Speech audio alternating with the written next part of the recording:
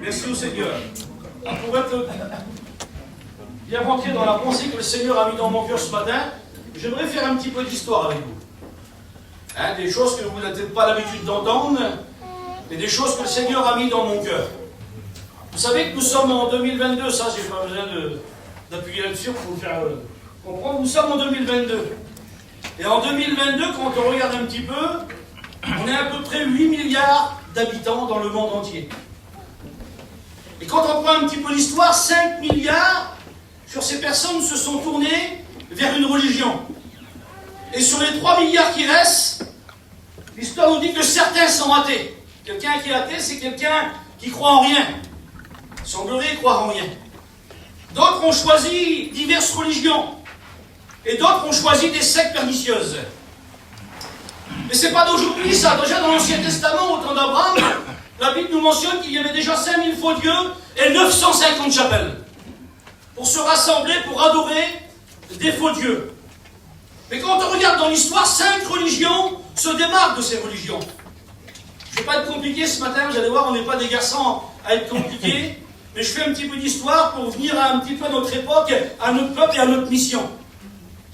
Quand on regarde dans l'histoire, 5 religions se démarquent des autres. Il y a l'hindouisme, le bouddhisme, l'islam, le judaïsme et le christianisme. Quand on regarde ces 5 religions, l'histoire dit que 1500 ans avant Jésus-Christ, il y a eu une des plus vieilles religions. Une des plus vieilles religions, c'est l'hindouisme. L'histoire nous dit que cette religion n'a aucun fondateur. Ils n'ont pas d'institution. Leur guide spirituel est un gourou. Mais ils ont 3 dieux principaux. Ils ont le Brahma qui est la création, le Vishnu qui est la préservation et la Shiva qui est la destruction. On appelle cela la trinité hindoue. Ils sont polythéismes. Polythéiste, c'est quelqu'un qui croit en plusieurs dieux, mais au final, c'est des idoles. Après, il y a le bouddhisme, la religion Bouddha. Quand on regarde dans l'histoire, leur fondateur, c'est Bouddha. Il est né en 623 avant Jésus-Christ. Le guide spirituel, c'est le Dalai Lama. C'est une religion basée sur la maîtrise et la méditation.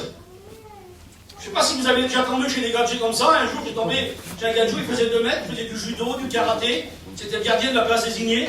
Et puis, il était un petit peu embêté par les gens. J'ai dit, Dany, je ne comprends pas, moi, que tu fais du judo, du karaté, tu fais 2 mètres, tu fais 100 kilos. Il dit, je pratique le bouddhisme. Il dit, je suis zen. Il était zen, le monsieur. Oui. Il était calme, il était zen. Oui, c'est cette religion qui est basée sur la maîtrise et la méditation. C'est une religion, soi-disant, qui apaise, qui rend calme.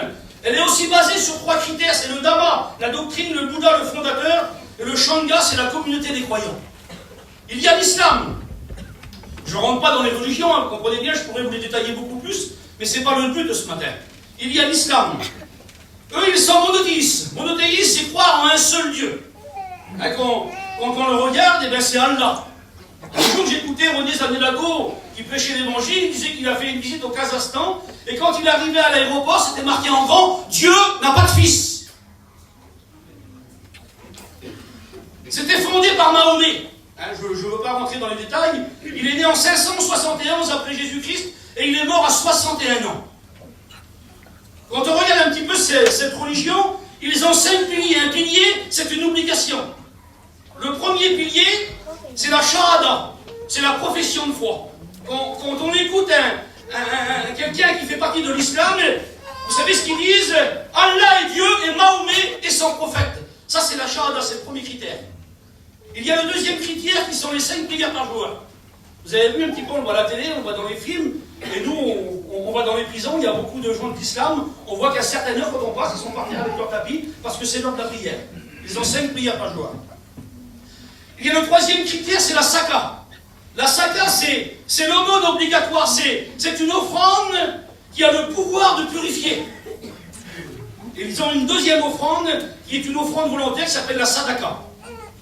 Il y a un 4e critère, c'est le jeûne, du lever au coucher du soleil, tout le mois que dure le ramadan. Vous voyez, on ne peut pas rentrer dedans, mais il dit c'est trop long, les frères, ils peuvent en dire aussi. Hein. Et il y a le 5e critère, c'est le pèlerinage à la Mecque une fois dans sa vie. L'islam est une des religions les plus répandues en Israël. Et quand on regarde La prochaine religion, justement, c'est le judaïsme. Le judaïsme, c'est la religion des Juifs. Ils ont la loi qui est venue par Moïse. Ils ont la Torah, la Pentateuque, 5 premiers livres de l'Ancien Testament écrits par Moïse. Ils ont les 10 commandements, les 613 préceptes. Ils ont le Talmud. Ils ont tout un tas de choses. Ils croient en Dieu et eux, ils attendent le Messie. Et il y a le christianisme. Et c'est là-dessus qu'on va voir ensemble ce matin. Le christianisme. 3 grandes assemblées ressortent du christianisme. Quand on regarde un petit peu dans l'histoire, les catholiques, ils sont 1,272 milliards.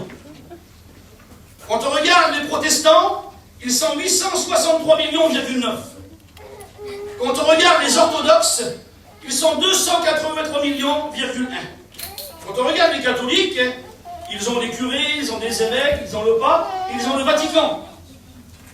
Quand on regarde les orthodoxes, déjà dans le mot, il y a la signification. Ortho, ça voulait dire des droits, et dox, ça veut dire des opinions. À la base, catholiques et orthodoxes, ils travaillaient ensemble. Mais les orthodoxes ont eu des droits et des opinions différentes. Ils se sont séparés de la religion catholique.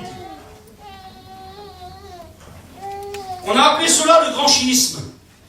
Et il y a les protestants. Et vous allez voir, c'est là-dessus qu'on va voir ce matin. Amen.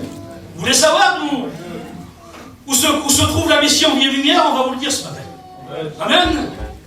Vous savez, quand on regarde les protestants, l'histoire nous dit qu'il y a un jeune moine. Un jour, il a marché pendant 6 semaines. Il s'est déplacé de l'Allemagne, il s'est rendu à Rome, en Italie. Il s'est rendu à l'église de Calacinta. Et quand il est arrivé à l'église de Calacinta, l'histoire nous dit qu'il y avait 28 marches en marbre blanc.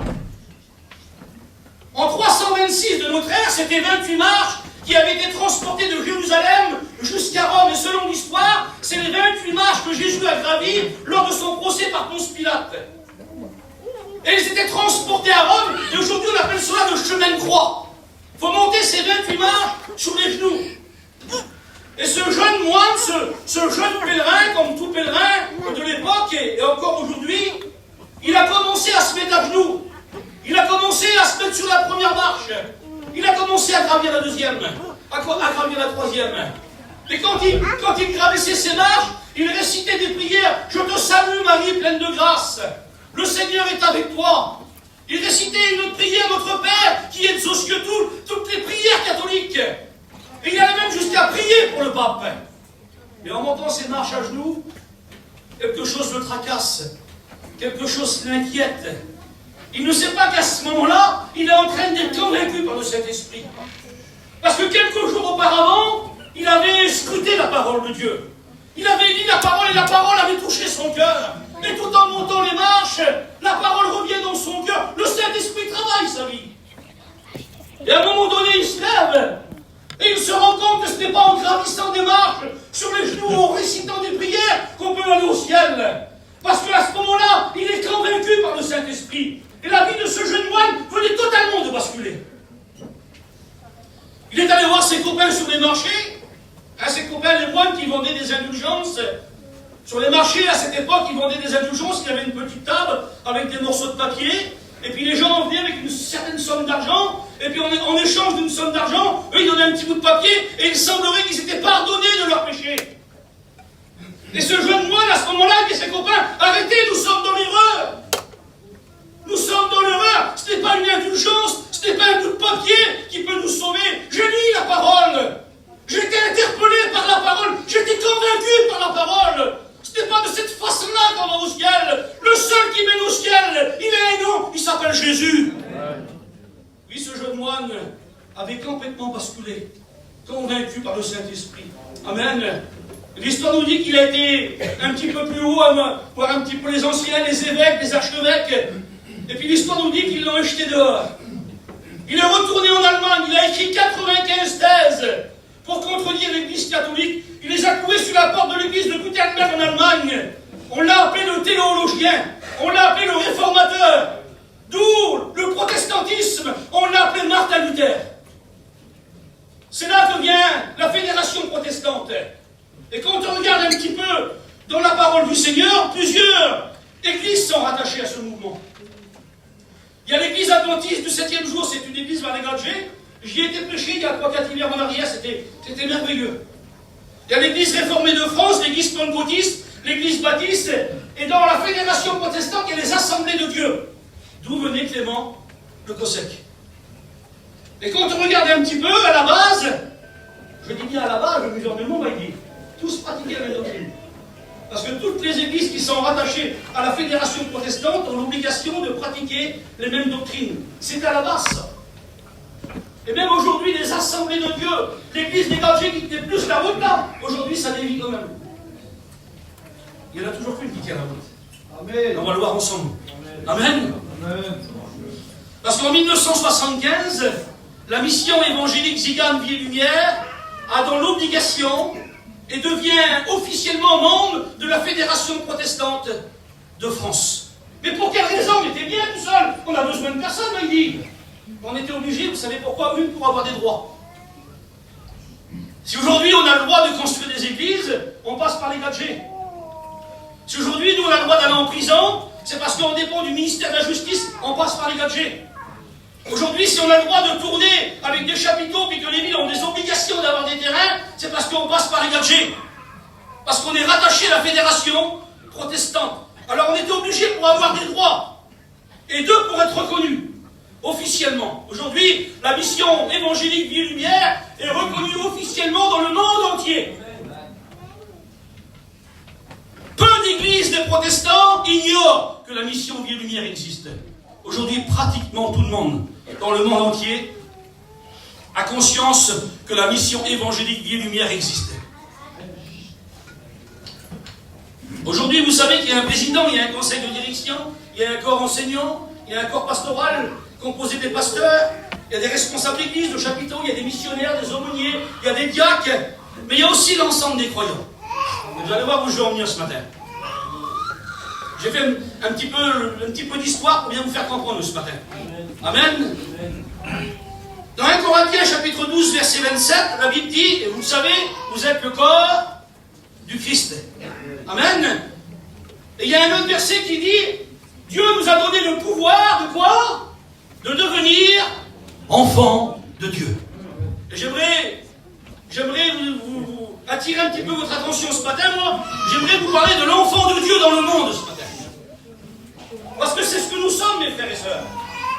Nous sommes des enfants de Dieu dans le monde. Et j'ai pris un petit peu un verset de la parole du Seigneur. Le monde, vous savez ce qu'il signifie? Le monde signifie ensemble d'humains vivant en groupe. Et j'ai pris une conversation que Jésus a eue avec son Père. Il était là, Jésus, en train de discuter avec son Père. Il parlait de ses enfants. Il parlait de sa maison. Il parlait de son église. Écoutez bien, on va le lire ensemble dans l'évangile de Jean, chapitre 17. Au verset 11, Jésus dit, « Je ne suis plus dans le monde, et ils sont dans le monde, et je viens à toi, Père Saint.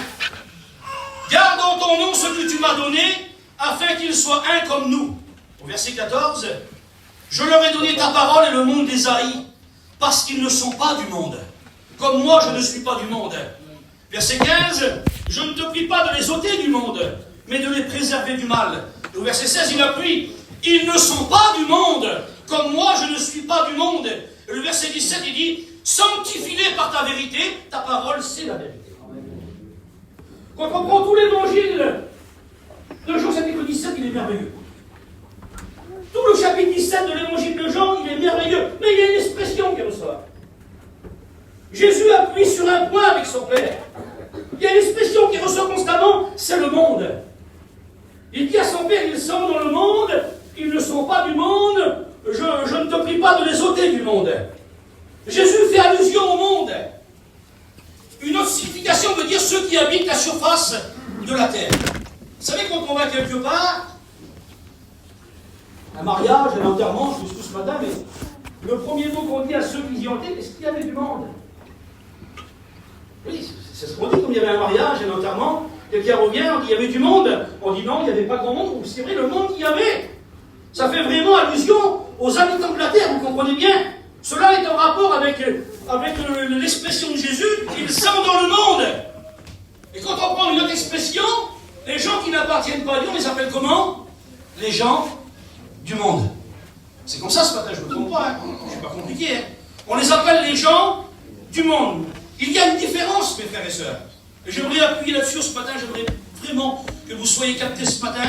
J'aimerais appuyer là-dessus ce matin. Il y a une différence entre être dans le monde et être du monde. Il y a une grande différence entre être dans le monde et être du monde. Vous comprenez bien? Être du monde, c'est pratiquer les choses du monde. Être dans du monde, être du monde, c'est pratiquer les choses du monde. Mais être dans le monde, c'est vivre parmi les autres, mais d'une manière différente. Vous comprenez bien? C'est pourquoi Jésus dit, ils sont dans le monde, et il ajoute, mais ils ne sont pas. Jésus, à ce moment-là, c'est pas qu'il veut faire passer un message à son père est bien au courant, vous comprenez bien, mais il veut faire passer un message à tous ceux qui savaient qu'il allait prendre sa parole et la prêcher à sa maison, à ses enfants, à son église. Il leur dit, vous parlez comme ça, et c'est ce qu'il m'a dit ce matin. Je m'ai dit, tu parleras comme ça à l'église de Troyes. À ce moment-là, Jésus est en train de dire, ils sont dans le monde, mais ils ne sont pas du monde. Ils n'ont plus la même façon de vivre. Là, ce que Jésus est en train de dire dans notre langage et notre vocabulaire à nous. Ils n'ont plus la même façon de faire. Ils ne parlent plus pareil. Ils n'agissent plus pareil. Ils ne voient plus pareil. Ils n'entendent plus pareil. Ils ne travaillent plus pareil. Ils ne placent plus pareil. Ils s'amusent plus pareil. Ils n'ont plus les mêmes projets. Ils ne partagent plus les mêmes idées. Ils n'ont plus les mêmes pensées. Ils n'ont pas la même vision. Ils n'ont pas la même direction. Ils sont dans le monde, mais ils ne sont pas du monde. Je ne sais pas ce matin si vous êtes concernés par tous ces points, mais moi je suis concerné. J'ai plus la même façon de vivre. Vous comprenez bien? Aujourd'hui, nous sommes des chrétiens et des chrétiennes appelés enfants de Dieu. On doit se démarquer. On doit se démarquer, vous comprenez bien? On doit se démarquer. On a une odeur différente. On a une prestance différente. Vous savez pourquoi? Parce qu'on sert quelqu'un de différent. Amen. Les gens du monde servent le prince de ce monde. Les enfants de Dieu servent le prince du royaume, de celui qui va venir bientôt. Amen. Alors en résumé, ils sont dans le monde, mais ils ne sont pas du monde. Et on va voir le verset 14, il y a quelques versets qu'on voit ensemble. Il dit, je leur ai donné ta parole et le monde les haït parce qu'ils ne sont pas du monde. Comme moi, je ne suis pas du monde. Je ne sais pas si ça vous arrive à vous, mais je ne pense pas me tromper. Est-ce que beaucoup de gens sont hostiles envers nous? J'aimerais vous dire une chose, l'Église, elle divise. L'Église, elle sépare. Vous comprenez bien? Jésus a dit, je ne suis pas venu apporter la paix. Vous comprenez bien? Quand on regarde un petit peu, dans Matthieu chapitre 10, verset 36, on aura pour ennemis les gens de sa famille. Je pense que ça se fait un petit peu partout. Vous comprenez bien que ce soit des parents, des beaux-parents, des frères, des sœurs, des beaux-frères, des belles-sœurs, des neveux, des nièces, des oncles, des tantes, et puis tout ce qu'on voudra, des cousins, des cousines. Tonton Victor, tante Yvonne, nous épayons de Marseille. Quand on rencontre le Seigneur, quelque chose, on ne va pas dire une barrière, mais une séparation se fait. Une démarcation se fait. Vous comprenez bien? L'évangile divise, vous savez pourquoi? Parce que nous, on voit clair. Et puis qu'eux sont toujours aveugles. Ils mettent en avant, vous écoutez parler les gens du dehors, les gens du monde, ils mettent en avant nos manquements spirituels en oubliant tous les efforts qu'on peut faire. Ah oui? Nous, les gens, comme ils parlent de nous, je veux pas... personne ne se montre en éloge ce matin, vous comprenez bien?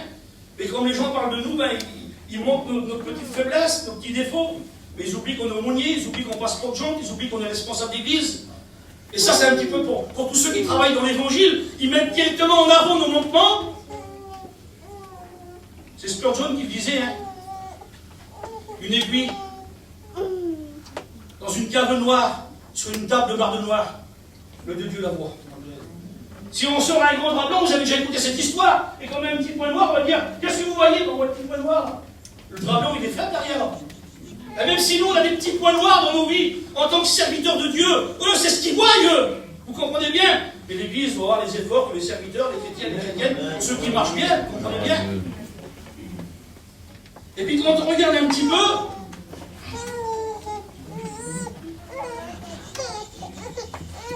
quand on les voit faire, ils cherchent des responsables.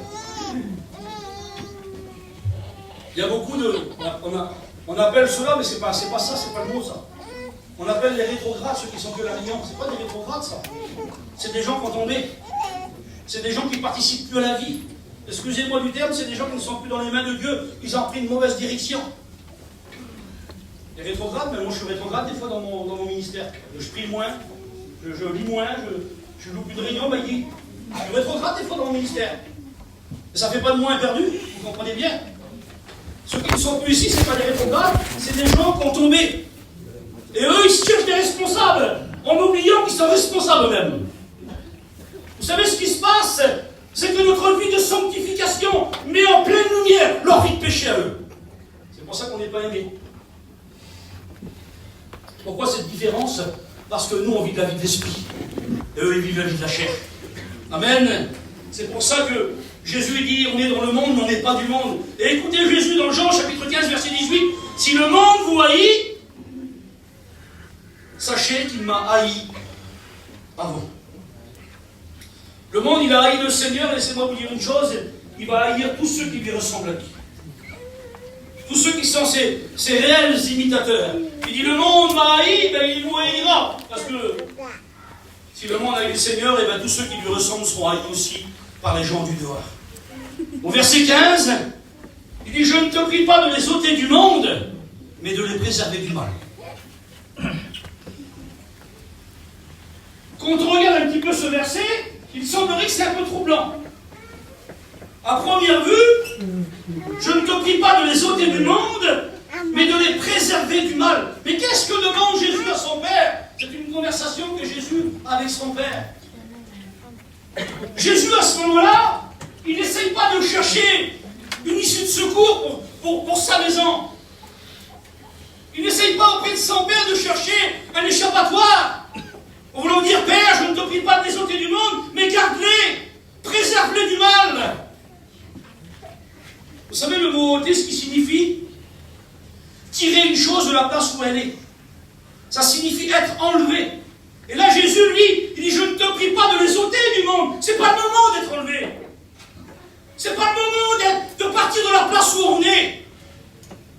Le Seigneur ne veut pas qu'on soit ôté parce que aujourd'hui, déjà à l'époque, il y a un grand travail à faire. Aujourd'hui, même à 3, je pense que les garçons ont fait ce travail de prendre un camping et faire des réunions. C'est parce qu'ils savent qu'aujourd'hui, il y a encore un grand travail à faire. Nous, aujourd'hui, on a une petite église, on a fait un projet de construire une autre église qui a fait 2 fois le double. C'est parce qu'il y a encore un grand travail à faire. C'est pour ça que Jésus dit, je ne te prie pas de les ôter, prends-les pas, mon Père. Prends-les pas, il y a encore un grand travail. Ils sont en train de prêcher, ils sont en train de sauver les âmes. Tout comme l'école de biblique de Jean qu'on en crie.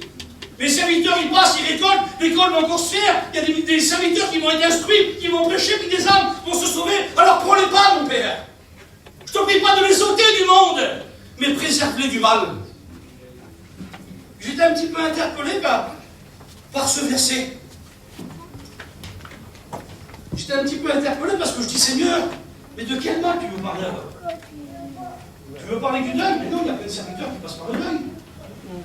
Tu veux parler de la maladie? Mais non, il y a plein de serviteurs qui passent par la maladie.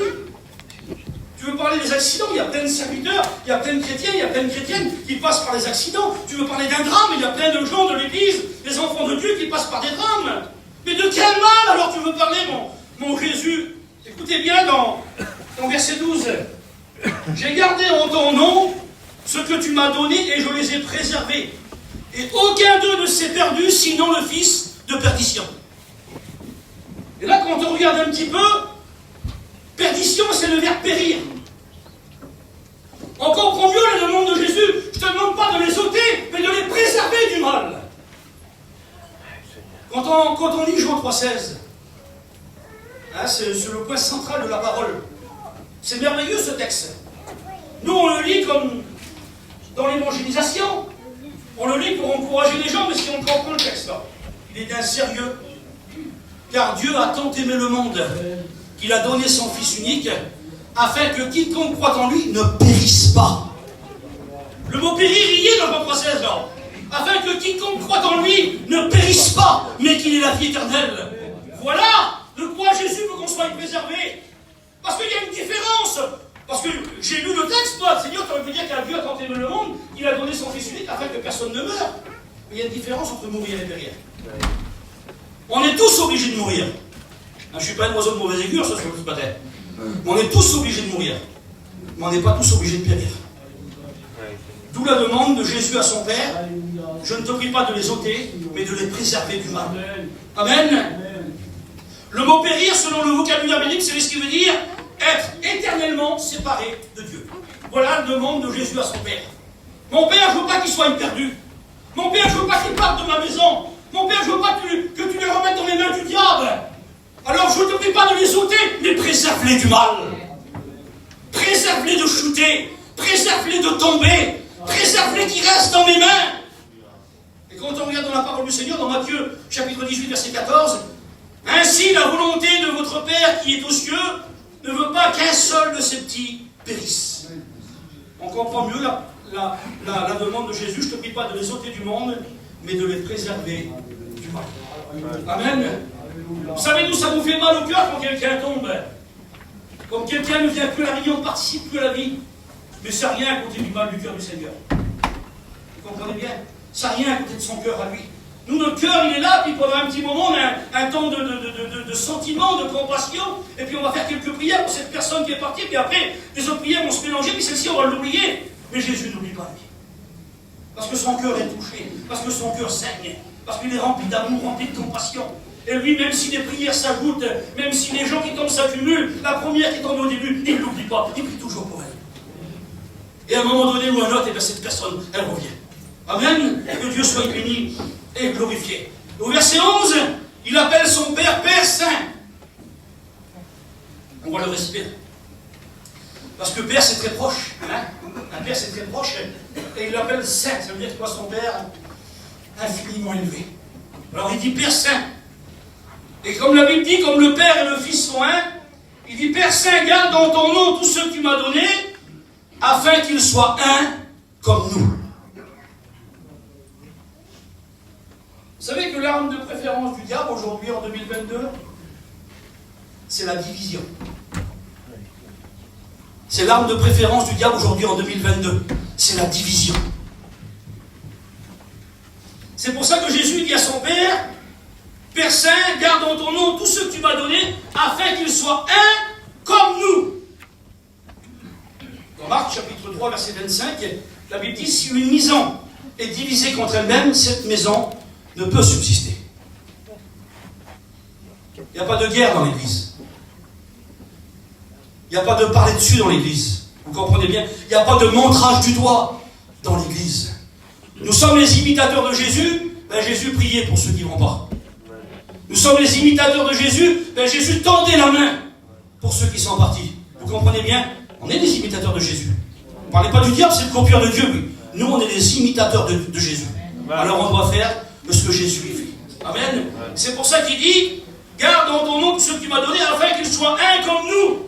Parce que s'il arrive à créer la division dans l'Église, il arrive à créer la division avec le Père et avec le Fils.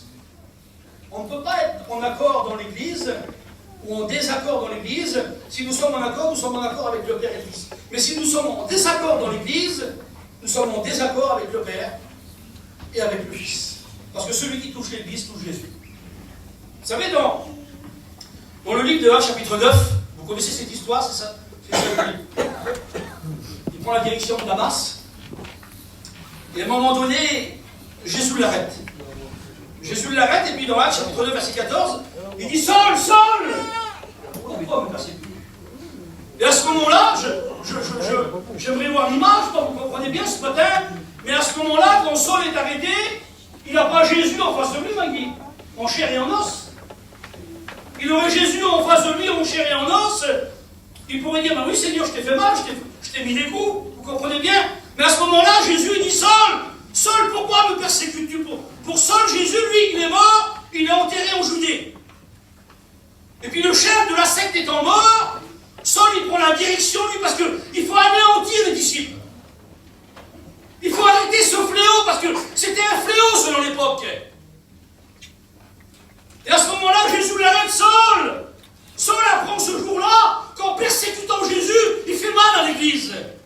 J'aimerais te dire ce matin, je t'appelle mon frère, ma soeur, j'aimerais te dire si tu agis comme ça ce matin, tu touches un membre de l'Église, c'est à Jésus que tu touches. Si tu parles sur un membre de l'Église, c'est sur Jésus que tu parles. Si tu montres un membre de l'Église du doigt, c'est Jésus que tu montres du doigt. Vous savez quand on montre du doigt, on a 3 personnes contre nous, le Père, le Fils et le Saint-Esprit. J'aimerais te dire ce matin, la demande de Jésus, Père Saint, garde en ton nom tout ce que tu m'as donné, afin qu'il soit un comme nous. Parce que j'aimerais vous dire une chose, la douleur infligée au corps sur la terre a une répercussion sur la tête au ciel. Amen. Qu'est-ce qui est le plus important? On peut vivre sur un bras, on peut vivre sans une jambe, on peut vivre avec un cœur en plastique, on peut vivre avec tous les organes, tous les membres en plastique, mais sans la tête, on ne peut pas vivre. Et j'aimerais vous dire une chose, que la douleur infligée au corps sur la terre a une répercussion sur la tête qui est au ciel. Et la tête du corps, elle s'appelle Jésus. Amen. Que Dieu soit béni et glorifié. D'où la prière de Jésus, afin qu'il soit un comme nous. Le verset 17, il dit, sanctifie-les par ta vérité, ta parole, c'est la vérité. La racine du mot sanctifier, c'est saint. Mais saint dans la parole de Dieu, ça ne veut pas dire être parfait. Bien. Saint dans la parole de Dieu, ça ne veut pas dire être parfait. On est en construction. Vous savez, quand on passe dans un petit village, et puis on voit une maison, on voit 4 murs, on dit, elle va être vilaine la maison. Et pour l'instant, en construction, c'est des murs vides, c'est des parterres creux. C'est pas beau. À la vue, ça c'est pas beau. Mais quand on passe 2 mois après qu'elle est finie, elle est vilaine la maison. Ben, en ce moment, on n'est pas beau, nous. On n'a peut-être pas de crépi, on n'a pas de finition. On est en construction. On est sur la terre, en ce moment on sera fini dans le ciel. Vous comprenez bien? En ce moment on est en construction. Et au sens littéral, ça veut dire mis à part pour servir Dieu. Vous allez dire, mais il y a assez de serviteurs ce matin. Non, c'est pas le ministère. La Bible dit qu'on est sauvé pour servir. De ce matin, n'importe quel chrétien, n'importe quelle chrétienne a le devoir de servir Dieu. Jim chez nous, il dit souvent, il dit le Seigneur, il ne veut pas des patrons, il veut des ouvriers. Ah oui. Il y a beaucoup trop de patrons. Il ne veut pas de patrons, il veut des ouvriers, mais il y a plein de coqs. Pourtant, la Bible ne mentionne pas les coqs, il dit comme une poule rassemble ses poussins. Il parle d'une poule. Une poule est à la disposition du coq. Ce matin, nous sommes des poules à la disposition du coq. Et je ne veux pas être vulgaire, mon Jésus, pardonne-moi, mais le coq, c'est Jésus ce matin. Amen. Amen. Que Dieu soit béni. Alors, au sens littéral, ça veut dire mis à part pour servir Dieu. Écoutez Paul à l'église de Corinthe, dans chapitre 1, verset 2. À l'église de Dieu qui est à Corinthe, à ceux qui ont été sanctifiés en Jésus-Christ, appelés, écoutez bien, appelés à être saints. Ça veut dire qu'ils ne l'étaient pas entièrement, vous comprenez bien? Et s'il y en a un qui connaissait l'église de Corinthe, c'est bien Paul. Ils étaient sanctifiés en Jésus, ils étaient séparés du monde, consacrés à Dieu, mais appelés à être saints. Pourtant, Paul, il rectifie pas mal d'erreurs venant des Corinthiens. Là, je ne voudrais pas m'étendre là-dessus, mais ils étaient loin d'être parfaits. Mais ils sont appelés à être saints, mis à part pour servir Dieu. J'ai pris un exemple tout simple ce matin, vous allez comprendre. Prenons un grand bloc de glaise. Hein? Un grand bloc de glaise. Et puis quand on prend un grand bloc de glaise, l'ensemble est trop important pour faire quelque chose. Vous savez ce qu'on fait? Le potier, il va, lui, puis il en prend un petit bout. Il doit retirer un petit bout du gros bloc, il le met sur son tour, et puis il le façonne. Et puis il le façonne, et puis il le fait à son idée. J'aimerais vous dire que nous, on était dans la masse du monde. Et Jésus, il est venu, lui, il nous a pris. Et il nous a mis sur un tour, et il nous façonne. Il nous façonne. Et quand le vase est fini, qui est à l'origine, le vase est de la glaise. Mais quand le vase est fini, qu'il a un aspect, qu'il a une beauté, on le prend, on le remet sur le gros tas de glaise. Qu'est-ce que vont dire les gens? C'est un bloc de glaise? On va dire non, c'est un vase. Parce qu'il ne fait plus partie du bloc. Il a été mis à part, il a été façonné, il a été sculpté, mais il est remis sur le bloc. Alors on est dans le monde, mais on n'est pas du monde. Vous voyez? Le vase, il est séparé du bloc de glaise, il est façonné, on le remet dessus, mais il ne fait plus partie du bloc de glaise. Aujourd'hui, c'est un vase. L'église, ça signifie être appelé hors d'eux. On a été appelé hors de ce monde. Amen. Alors nous sommes dans le monde, mais on n'est pas du monde. Bravo Seigneur, on continue un petit peu. Qu'est-ce qui fait la différence? Dans Actes chapitre 11, verset 26, Ce fut à Antioche que pour la première fois les disciples furent appelés des chrétiens. C'est la première fois qu'on voit ce mot dans la parole du Seigneur. Mais le mot chrétien, c'est 8 lettres. Et ça veut dire appartenance à Christ. Mais chrétien, c'est pas 8 lettres. On voit des policiers, ils ont le béret, c'est marqué police, et puis tous n'obéissent pas à la loi. Vous comprenez bien? Dans les policiers, quand ils n'obéissent pas, vous savez ce qu'on les appelle? On les appelle les ripoux. Alors bien, ça fait des pourris. Mais on les appelle des ripoux, ça passe mieux, c'est moins vulgaire. Mais quand on appelle les schmitts des ripoux, ça veut dire qu'ils font tout contraire de ce qu'est la loi. Pourtant, ils ont la vie, vous comprenez bien. Et quand on prend le mot chrétien, quand on regarde dans la parole du Seigneur, ce n'est pas les disciples qui se l'ont donné eux-mêmes. C'est beaucoup trop facile de se faire appeler un chrétien. Quand il dit c'est si facile de dire je suis chrétien, hein, oui, mais c'est plus difficile de vivre la vie d'un chrétien. C'est trop facile de se revendiquer comme un chrétien. La Bible dit qu'un autre te loue et non ta bouche. On passera beaucoup mieux quand c'est les autres qui viennent rencontrer les chrétiens. Vous comprenez bien? C'est pas les disciples qui se l'ont donné eux-mêmes, c'est pas non plus les juifs, parce que les juifs, ils méprisaient un petit peu cette secte. Vous savez qui c'est qui les a appelés comme ça? C'est les païens. C'est les inconvertis. Qu'ils ont remarqué que ces gens étaient des chrétiens, qui veut dire appartenance à Christ.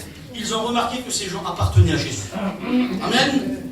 Dans Éphésiens chapitre 3, verset 15, toute famille dans les cieux et sur la terre reçoit ce nom. Mais d'où vient ce nom? Pourquoi ce nom? J'ai cherché, j'ai médité, vous comprenez bien. Je m'ai posé des questions. Pourquoi justement chrétien? Et quand on regarde un petit peu, ce nom fait-il de nous ce que nous sommes? 68% de la population, aujourd'hui, quand vous croisez un gadget, quand vous chez dans une maison, vous êtes chrétien? Oui, je suis croyant, mais pas pratiquant. 68% de la population se font appeler aujourd'hui comme des chrétiens. Mais c'est un nom, c'est un titre, c'est un grade, vous comprenez bien? Vous savez, au carnaval, il y a des gens qui se déguisent. Il y en a qui se déguisent en Superman. Mais le Superman qui s'est déguisé, faites-le monter sous le toit d'une maison, qui saute en bas, il est mort. C'est un déguisement, vous comprenez bien? Il est mort, puis c'est ça pour tous les super-héros, vous comprenez bien?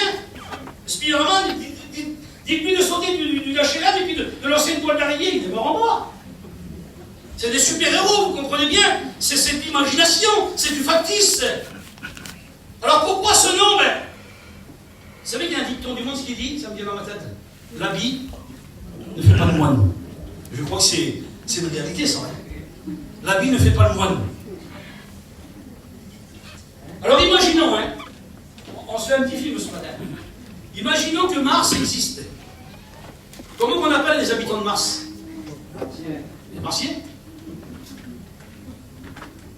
Aujourd'hui, on est sur la Terre. Comment on appelle les gens de la Terre? Les Terriens.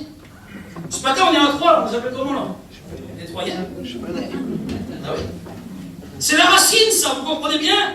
C'est la racine Mars, Martien, Terre, Terrien, Troyens. C'est la racine. Ben, la racine du chrétien, c'est Christ. C'est pour ça qu'on a appelé des chrétiens. Amen. C'est la racine. C'est là d'où on vient. Amen. Que Dieu soit béni, glorifié. Et puis j'aimerais vous dire que l'Église, c'est la famille de Dieu. On est la famille de Dieu ce matin. C'est bon. Que c'est beau la famille de Dieu. On voit en mission 100 camions différents avec 100 noms différents. Hein, avec plein de travail différents. Mais comme on est dans la maison de Dieu ce matin, il n'y a qu'un nom. Il n'y a qu'un nom. Et que le chrétien. Il n'y a que l'enfant de Dieu. Amen. Que Dieu soit béni et glorifié ce matin. Et puis quand on regarde dans l'évangile de Jean chapitre 17, où Jésus s'adresse au Père, mais Jésus, lui, il va un petit peu plus loin, puis il donne des conseils. On va prier le Seigneur encore 5 minutes. Dans 1 Jean chapitre 2, verset 15, vous savez ce qu'il dit? N'aimez pas le monde. Ah. Là, la parole a se durci un petit peu là. N'aimez pas le monde, ni rien qui fait partie de ce monde. Écoutez bien la suite. Si quelqu'un aime le monde, c'est pas nous ce matin, c'est la parole, mais il dit. L'amour du Père n'a pas de place dans son cœur. J'étais en train de lire la parole hier, puis j'étais un petit peu tracassé, un petit peu troublé, parce que je pensais à un autre verset en même temps. Parce que Jésus lui dit, n'aimez pas le monde, puis Jean 3,16 dit, car Dieu a tant aimé le monde, Seigneur, comment ça se fait que, à ce moment-là, tu dis à tes enfants, n'aimez pas le monde, mais toi, tu te permets de dire, Dieu a tant aimé le monde. Parce que quand on lit Jean 3,16, l'amour que Dieu a pour le monde, c'est l'amour qu'il a pour leur donner le salut, pour leur offrir la vie éternelle. Vous comprenez bien? C'est un amour différent. C'est l'amour agapo, là. Un amour qui est complètement différent. Un amour qui veut du bien pour les habitants de ce monde. Parce que le monde, c'est le royaume de Satan. Pas d'erreur, hein? Le monde, c'est le royaume de Satan. Et Jean 3,19, la Bible dit, la lumière est venue dans le monde. Amen. La lumière est venue dans le monde. À ça me tracasser, tu dis n'aimez pas le monde. Et tu dis car Dieu a tant aimé le monde. Parce que la lumière est venue dans le monde. Parce que Jésus dit qu'il veut qu'aucun se perde, mais que tous viennent à la connaissance de la vérité. Amen. Si nous, on a un petit peu d'amour, un petit peu de compassion pour les âmes qui se perdent, j'aimerais vous dire une chose, que lui, son cœur est rempli d'amour. Son cœur déborde de compassion pour les gens qui se perdent. Amen. Que son nom soit béni et glorifié ce matin. Verset 16. Car tout ce qui est dans le monde, la convoitise de la chair, la convoitise des yeux et l'orgueil de la vie ne vient pas du Père, mais vient du monde. C'est trois choses qu'on retrouve au Jardin d'Éden. Trois choses qui a fait que l'humanité a succombé, que l'humanité a chuté, que l'humanité a passé de l'autre côté. Ces trois choses qu'on a retrouvées dans le Jardin d'Éden. La convoitise de la chair, les mauvais désirs de la nature humaine. La convoitise des yeux, les mauvais désirs de ce que nous voyons et l'orgueil de la vie. Les gens qui recherchent la gloire et la mondanité. Vous savez le mot mondain, ce qui veut dire qui adopte les manières dans le monde des gens du monde. C'est pour ça que des fois les gens me disent sur certains chrétiens, c'est dommage, les bons missions, ils ne sont pas mondains, là. Ils adoptent la manière de faire des gens du monde. Il n'y a pas de mondanité dans l'Église. Et pourtant, malheureusement, aujourd'hui, en 2022, c'est un fléau qui nous tombe dessus. Vous comprenez bien? C'est un fléau qui nous tombe dessus. Il n'y a plus de Noël normal. Il n'y a plus de Noël normal. C'est celui qui fera le plus bon. Il n'y a plus d'anniversaire normal. C'est celui qui fera le plus beau. Il n'y a plus de mariage normal. Il n'y a plus rien de normal aujourd'hui. Vous comprenez bien? Pourquoi? Parce que certains chrétiens, je ne fais pas un amalgame, mettre tout le monde dans le même lot, mais certains chrétiens peuvent se mettre à la hauteur et même au-dessus des gens du monde. Lui, il a fait ça, ben moi, je vais faire ça. Et on tombe dans la mondanité. Et pourtant, Jésus dit, n'aimez pas le monde, ni tout ce qui est dans le monde. Il faut bien faire attention, mes frères et sœurs. Écoutez bien ce que j'ai noté hier. L'argent est bon en soi, mais l'amour de l'argent est mauvais. L'argent est bon en soi parce qu'il en faut.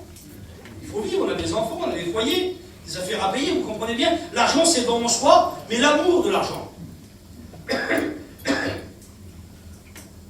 La Bible dit que le repos est une bonne chose, mais l'amour du repos conduit à la paresse. Et quand on regarde, le travail est une bonne chose et utile, mais l'amour du travail, ça engendre l'orgueil et ça nourrit des ambitions mondaines. Ah oui. Ça engendre l'orgueil et ça nourrit des ambitions mondaines. Le travail. Aujourd'hui, ça ne regarde plus ça, le travail. Il y a des chrétiens de notre église, nous, même des serviteurs, parce qu'on ne va pas exclure, hein, on est en plein dedans. Aujourd'hui, en 2022, on est en plein dedans. Il y a même des serviteurs, ils partent à 7h, il fait noir, ils rentrent à 10h, il fait noir. Ils se prennent une douche, ils se couchent, et puis ils lisent 2 versets, puis les yeux ils tombent. Vous comprenez bien? Pourtant Jésus dit n'aimez pas le monde, ni les choses qui sont dans le monde. Et puis moi, excusez-moi le terme, il y a quelqu'un qui part à 7h, qui rentre à 10h, il aime le monde. Il aime le monde parce qu'il donne toute la place au travail. Vous comprenez bien? Alors c'est quelqu'un qui aime le monde. Et puis quand on regarde un petit peu dans la parole du Seigneur, parce qu'il y a des conseils aussi dans la parole de Dieu, on ne va pas rester sur du négatif. Hein? Il y a des conseils dans la parole de Dieu. Écoutez les conseils de Paul, dans Galates chapitre 6, verset 14. Vous savez ce qu'il dit? Et ce matin, je vous appelle comme ça, moi. Il dit, le monde, il est crucifié pour moi. C'est Paul qui dit ça. Il dit, le monde, il est crucifié pour moi. Ça veut dire que le monde, aux yeux du monde, Paul n'est plus d'aucun intérêt. Vous savez, quand je me suis converti il y a une vingtaine d'années à l'arrière, j'étais un grand buveur, un sorteur, moi. J'avais des copains de tous les côtés. Et tous les minutes, on devait m'appeler. Dès qu'ils ont entendu que je donnais la réunion, que je vais donner à Dieu, que je ne buvais plus, j'en voyais plus rien. J'avais plus d'intérêt pour eux. J'avais plus aucun intérêt pour eux. Pourquoi? Parce que le monde, à ce moment-là, était crucifié pour moi. Alors, aux yeux du monde, j'avais plus aucun intérêt. Puis Paul, il continue. Et moi, je suis crucifié pour le monde. Ça veut dire qu'aux yeux de Paul, le monde n'a plus aussi aucun intérêt. Je peux aller dans un mariage aujourd'hui, là, ça me fait pas peur, moi. Je peux rester 3 ans dans un mariage. Je ne vois pas d'hiver. Ben non. Le monde, il est crucifié pour moi. Je peux faire 10 maisons pendant les fêtes. Je ne vais pas rentrer chez moi sous. Le monde, il est crucifié pour moi. Vous comprenez bien? Je peux aller dans un café la journée puis boire un verre avec un copain. Je ne vais pas revenir chez moi et mécher. Parce que le monde, il est crucifié pour moi. Je peux tomber dans une maison.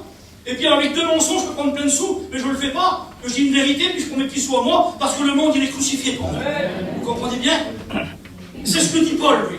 Écoutez bien ce qu'il dit dans Romains chapitre 6 et verset 6. Comprenons donc que l'homme que nous étions autrefois a été cloué à la croix avec le Christ, afin que le péché soit réduit à l'impuissance, et que le corps, instrument docile du péché, soit neutralisé. Il y a des chrétiens qui disent, j'y arrive pas, mais t'es un menteur, mon frère. Il y a des sœurs qui disent, j'y arrive pas, mais t'es une menteuse, ma sœur. Seigneur, il est dur, parce que non, je prends l'autorité du Christ pour te le dire. Parce que si on veut, on y arrive. Vous comprenez bien? On voit le texte là. Comprenons donc que l'homme que nous étions autrefois a été cloué à la croix avec le Christ. Si nous sommes cloués à la croix avec le Christ, on peut résister contre le corps. Afin que le péché soit réduit à l'impuissance et que le corps, instrument docile du péché, soit neutralisé. Et continue, dit, nous avons été crucifiés avec le Christ pour que le mal n'ait plus de prise sur nous. Et que nous n'ayons plus besoin d'obéir comme des esclaves à ses sollicitations. C'est vrai que le péché se présente devant nous. Jésus l'a dit, le péché couche à ta porte, mais nous on sait qu'il couche à notre porte. On pose un pied par terre, le péché est là. On monte dans notre camion, n'importe quoi qu'on fait la journée, le péché est là, il nous entoure. Si facilement, dit la parole du Seigneur. Mais si on est crucifié avec Christ, si la chair est crucifiée avec Christ, c'est Paul qui dit, je la tiens assujettie. Ah, ça c'est la maîtrise de soi, c'est un fruit de l'esprit, ça. Et ce matin, tu ne peux pas dire, c'est pour ça que je me permets de dire que tu as un monteur et une monteuse, tu as le fruit de l'esprit, on a la facette du fruit de l'esprit avec ses 9 facettes. Et dans les 9 facettes, il y a la maîtrise de soi. Et bien si tu as la maîtrise de soi, tu es crucifié avec Christ. Et tu peux dire non, moi. Gloire au Seigneur. Et puis Paul, il continue dans Galates 2:20, vous avez déjà entendu ce verset. Je suis crucifié avec Christ. Et si je vis, ce n'est plus moi, mais c'est Christ qui vit en moi. Amen. Écoutez bien ce qu'il dit. Et si je vis encore dans la chair, ça veut dire que je vis encore dans le monde. Il dit, je la vis dans la foi de Dieu. Je suis plus Dieu. Paul, il dit là. Il dit, et si je vis encore dans la chair, ça veut dire qu'il est parmi le monde, il est sur la terre. Et si je vis encore dans la chair, il dit, je la vis dans la foi au Fils de Dieu. Ça veut dire, je suis plus du monde, je me démarque. Amen. Gloire au Seigneur ce matin. Alors chrétien, j'aimerais vous dire ce matin, c'est pas un titre, c'est pas un grade, c'est pas une étiquette. Dans Hébreux chapitre 11, verset 24, et on va prier le Seigneur, écoutez bien, quel homme de Dieu. C'est Moïse. Écoutez bien Moïse, vous connaissez l'histoire de Moïse, hein? Écoutez bien, Hébreux chapitre 11, verset 24. Moïse refusa d'être appelé fils de la fille de Pharaon. Moïse refusa d'être appelé fils de la fille de Pharaon. Moïse avait un avenir en Égypte. Moïse, toutes les portes s'ouvraient devant lui. Moïse aurait pu avoir son nom inscrit sur tous les monuments égyptiens. Il a refusé, il a préféré son nom inscrit dans le livre de vie. Amen. Moïse, lui, à sa mort, ça aurait été la plus belle momie d'Égypte. Il a refusé, il a préféré voir la gloire de Dieu. Amen. Amen. Alors ce matin, je ne sais pas ce que tu penses, écoutez bien ce qu'il a dit. Il n'a pas voulu qu'on dise de lui, Moïse est le fils de la fille du roi d'Égypte, verset 25. Pourtant, il pouvait avoir une vie agréable pendant quelque temps, mais il n'aurait pas obéi à Dieu. Il y a plein de choses qu'on fait contraire à l'évangile, peut-être qui nous donnent un petit peu de bon temps sur la terre, mais on n'obéit pas à Dieu. Une des grandes qualités des enfants de Dieu, c'est quoi? Le renoncement. Le renoncement. Renoncer. Il dit, celui qui veut me suivre, qu'est-ce qu'il fait? Qui prenne sa croix, qui charge sa croix, qui renonce à lui-même. Qui renonce à lui-même. C'est pas ton copain, ta copine, ton cousin, ta cousine, ta femme, ton homme qui te font du mal, qui te font tomber. Là, ils disent, c'est pas que tu renonces à ta femme, tes enfants, ta famille, que tu renonces à toi-même. Qui charge de sa croix, qui me suivent. Ce matin, c'est un sacrifice volontaire et personnel ce matin. Amen. Que Dieu soit béni et glorifié. Et verset 26, il dit, les trésors de l'Égypte étaient grands, mais lui, il regardait plus loin de la récompense à venir. Amen. Vous avez compris la parole de Dieu ce matin? Là, je ne voudrais pas aller plus loin, dire des mots que le Seigneur ne voudrait pas que je dise, mais vous avez bien compris ce matin. La mission évangélique des Lumières. Nous ne sommes pas des chrétiens, nous n'avons pas un titre, nous n'avons pas un grade, une étiquette, mais nous sommes des enfants de Dieu. Nous sommes des enfants de Dieu.